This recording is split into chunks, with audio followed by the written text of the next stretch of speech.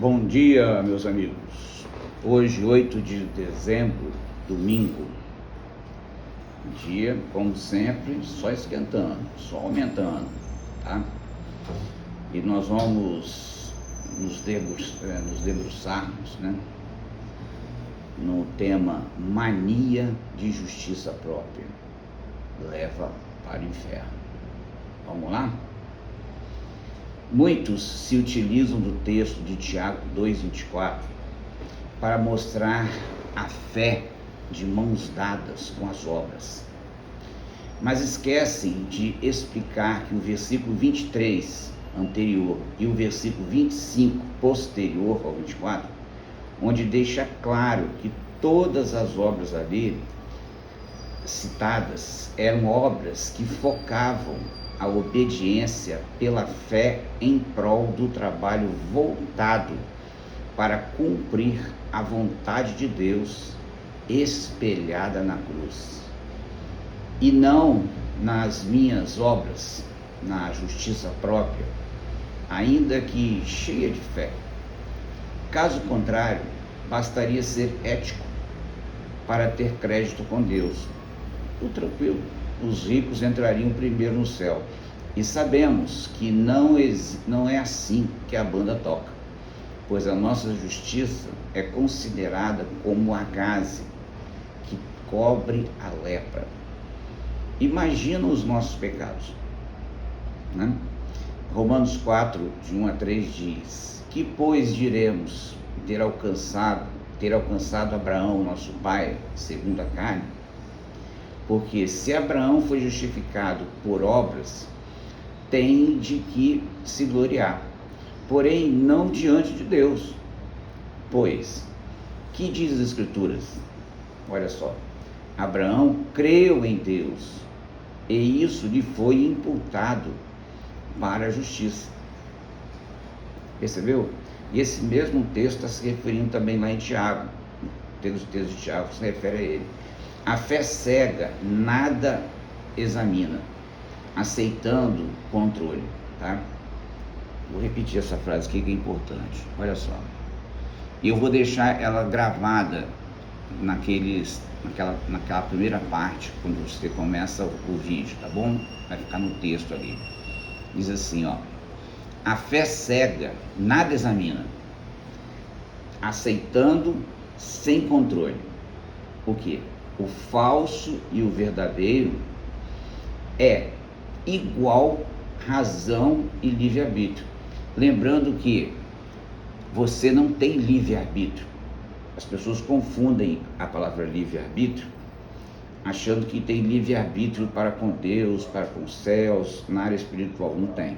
Você tem livre-arbítrio para dizer: eu vou ali dar uma viagem ali de 30 quilômetros, 50, 100, eu vou para os Estados Unidos. Você tem livre-arbítrio para fazer isso, entendeu? Assim mesmo, se Deus deixar, mas tem, tá? Seria melhor você falar que você tem uma livre agência, tem uma cerca, porque em relação a Deus, você não tem livre-arbítrio, porque você já está morto em delitos e pecados. Não é você que, levantando a mão, aceita Jesus, é Jesus quem te aceita. É Jesus que toca em você, porque você já está morto. Você precisa entender essas coisas. E eu sempre falo o seguinte: pessoas crentes que não conhecem o Evangelho não têm comunhão com Deus, não sabem quem é Jesus, nem Jesus sabe quem é você. Quer ver eu fazer um teste rápido com você aqui agora? Pensa aí no versículo decorado que você tem na sua cabeça, um só. Pensou? Viu como é que é difícil? Se você não tem um versículo decorado na sua cabeça, se você não consegue abrir um texto, quando o pastor lá na frente fala: vamos abrir o texto no livro tal, e você demora para achar, você também não tem comunhão não, porque você não tem habilidade com o texto. E o próprio apóstolo Paulo fala isso, né? Para nós sermos varões perfeitos, que manuseiem bem a palavra da verdade. E a palavra manusear aí tem a ver com saber costurar as cabanas que eles faziam, entendeu? E o apóstolo Paulo sabia que fazer essa costura. E hoje os crentes não sabem manusear bem a Bíblia. Então, observa, eu não estou te acusando de pecado nenhum. se você peca na área sexual, se você peca cheirando, né, aquele pó branco, se você vai para balada, se você vai para carnaval, não estou falando nada disso, coisa que crente não deve fazer, tá? Mas só o fato de você não manusear bem, só o fato de você não saber um versículo, só o fato de você não interagir um versículo com o outro, você está fora. Entenda isso. Repara, não citei pecado algum, só falei coisas que você não sabe fazer. Entendeu? Então vamos lá. Então a fé cega, né? Como eu falei aqui, né?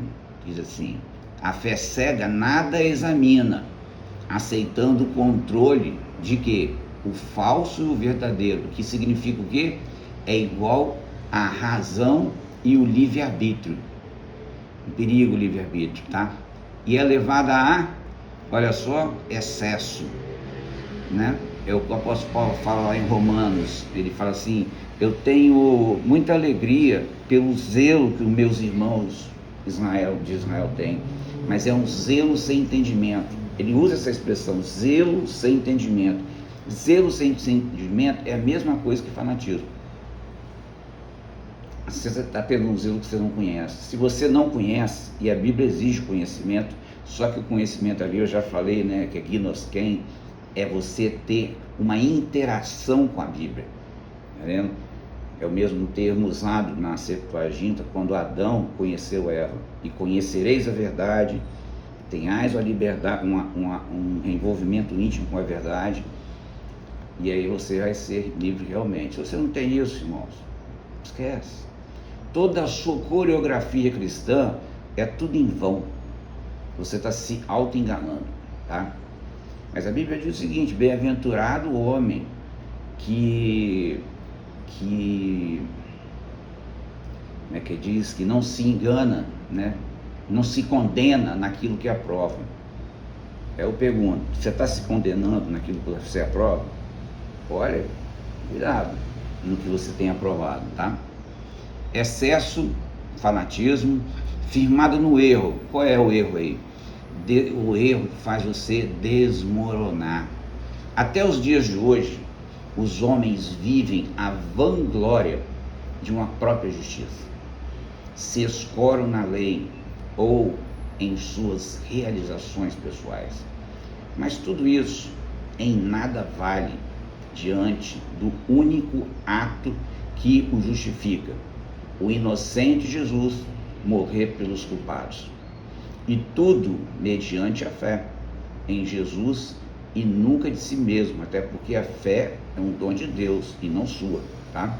Em Romanos 3, 26, 31 diz: tendo em vista a manifestação da sua justiça no tempo presente, para ele mesmo ser justificado e o justificador daquele que tem fé em Jesus, onde, pois, a jactância ou a vanglória, onde há a jactância e a vanglória, foi de todo excluída. Por quê? A lei das obras. Não pelo contrário, pela lei da fé. Concluímos, pois, que o homem é justificado pela fé, e não pela lei, independentemente das obras da lei. É porventura Deus somente dos judeus? Não. Ou é também dos gentios? Sim, também é dos gentios. Também dos gentios, visto que Deus é um só, o qual justificará por fé o circunciso, vou até deixar claro aqui, circunciso, que é chamado hoje de postectomia, que a criança cortava a pele que envolve a glande, né, do seu órgão genital, e ali aquele derramamento de sangue, a criança chorava lá por uns 3 dias, porque não tinha anestesia como tem hoje, e ali se fazia o pacto perpétuo, ou seja, uma criança inocente derramando sangue era um símbolo de Cristo, derramando seu sangue pelo povo, tá? Mas ele está dizendo hoje que por fé, o circunciso e mediante a fé, o incircunciso, aquele que não fez apostectomia. Anulamos, pois, a lei pela fé? Não, de maneira nenhuma. Antes confirmamos a lei. Por que ele está dizendo isso? Porque lá em Romanos 10:4 fala, e o fim da lei é Cristo. Esses dias eu ouvi um pregador na internet, foi até ontem, ele usou essa expressão, o fim da lei é Cristo, dizendo que a lei acabou. Não, meu amigo, não vou nem falar o nome, né? A palavra fim ali não é escatos, a palavra fim ali em Romanos 10:4 é telos. Então não é que a lei acabou, é que o propósito, no lugar do fim, o propósito, a finalidade da lei é Cristo. E quando Cristo morre, a lei então cumpriu-se o seu propósito. Ela hoje permanece em nós, só com uma coisa melhor. Nós temos a graça e a verdade que nos transformam. A lei só mostra o pecado, entendeu? Mas a graça de Jesus faz com que nós sejamos transformados. Essa é a grande diferença. Não que eu tenha que cumprir a lei, guardando isso, guardando aquilo, porque eu já sei o que eu tenho que fazer. Você não precisa desenhar para o cristão, ele já entende. Mas quando o cara não entende, nem você desenhando, ele vai entender mesmo, ok? Muitas coisas podem preservar os administradores do povo no poder, desde a corrupção, a boa administração. Mas ser lembrado na história pela bondade e fidelidade do bom administrador e por aumentar a expectativa de um futuro sólido para o povo, fazem toda a diferença, ok? Provérbios 20:28 confirma isso. A bondade e a fidelidade preservam o rei, ponto e vírgula. Por sua bondade, ele dá firmeza ao seu trono, tá? E olha só, e o que acontece com o nosso Brasil?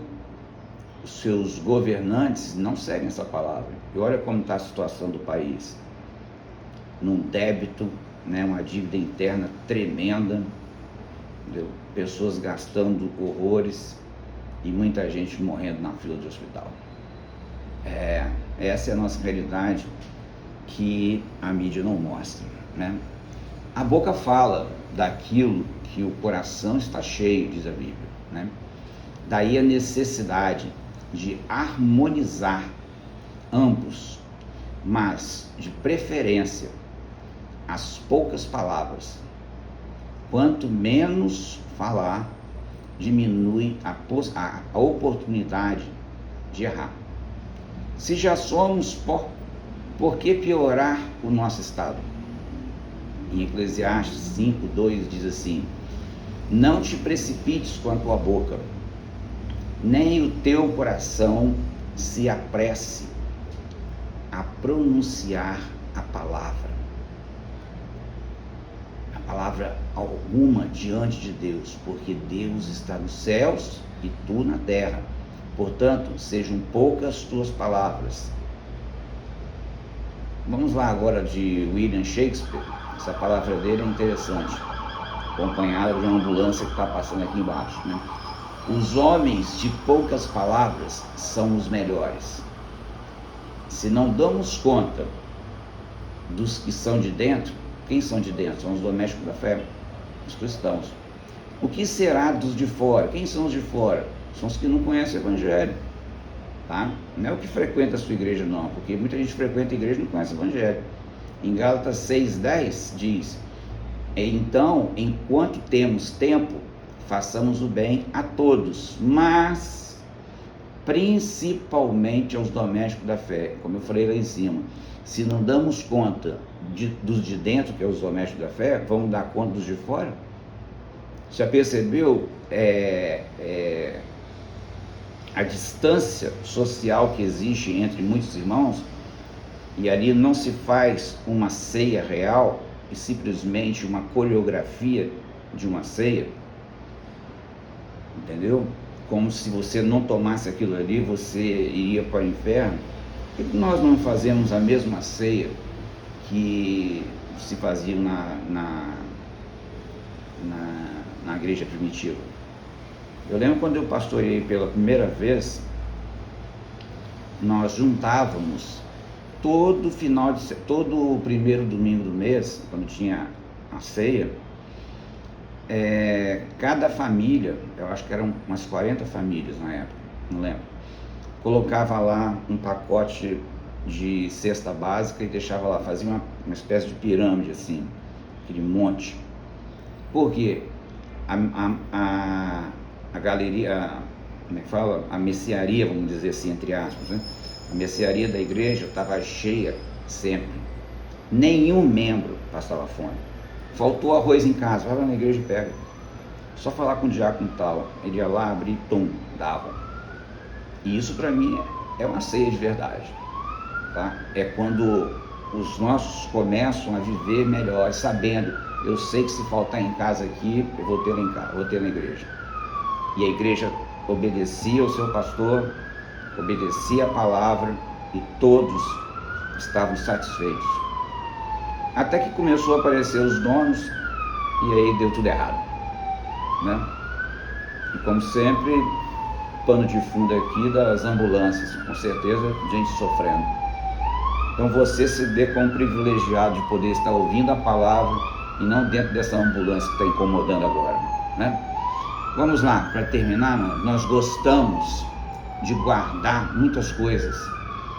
Guardamos senhas, segredos, dinheiro, reputação, integridade, carros, roupas, alimentos, sapatos, diários, agendas e até pensamentos.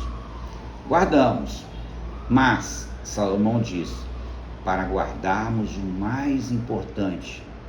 E diz o porquê. Olha o que ele diz em Provérbios 4:23. Sobre tudo que se deve guardar, guarda o teu coração, porque dele procedem as saídas da vida. Guarde o teu coração, tá? Em Marcos 7:20-23 diz, e dizia, o que sai do homem, isso é o que contamina o homem, porque do interior do coração dos homens saem os maus caminhos, maus pensamentos, os adultérios, as prostituições, os homicídios, os furtos, a avareza, o amor ao dinheiro, né?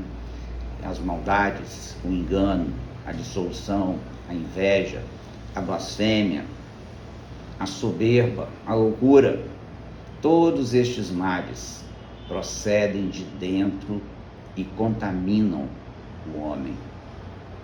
Entendeu? E olha que o texto lá em cima em Provérbios fala, guarda o teu coração, porque são as saídas da vida.